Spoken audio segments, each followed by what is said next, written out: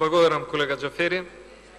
Значи, прво, јас би сакал да споменам една работа кога веќе збориме и го разгледуваме говорот на министерот и на неговите поддржувачи во собранието и хипокризијата која што беше спомената.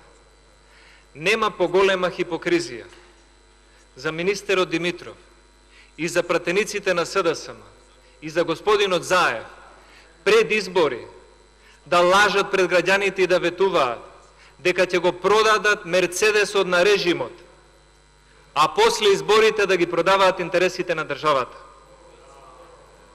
Подобро продадете го Мерцедесот, на кој што палевте ниски страсти кај гласачите, отколку да распродавате државни национални интереси.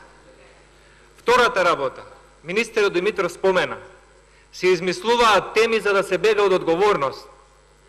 Дали мислевте на одговорноста на премиерот Заев од случајот подкуп? Јас не сум земал подкуп од 1 евро за мене, 1 евро за брат ми и 1 евро за црквата во Струмица. Некој земал и случајот подкуп некој не сака да излезе на суд и да се соочи со одговорноста. Господине Димитров, господине Тунтев, повикајте ги вашите првенци да положат одговорност и после зборете за одговорност. Третата работа. Многу млади луѓе заминале од Македонија. Каде живее вашето семејство, господине Тунтев? Во Македонија. Каде живее семејството на господинот Димитров? Прашајте го него. Зошто не се дојдени за 500 евра плата, за слобода, за демократија и за перспектива? Хипокризија е на граѓаните тука да им се продава новата слобода и просечната плата и скриеното покренување на платата на Рашковски, ако не пиете кафе, вода, цигари и ако не се туширате, а истовремено вашите да живеат во странство.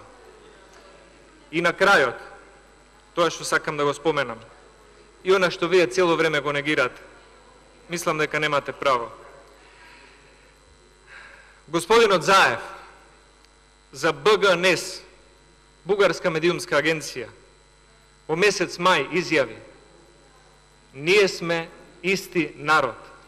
Господинот Каракачанов, после подпишувањето на договорот, изјави: ние сме исти народ. Ние не мислиме така. Ние сметаме дека македонскиот и бугарскиот народ се блиски и пријателски народи, но очигледно е дека некој промовираше триумфализам, а некој ја виткаше кичмата. Благодарам.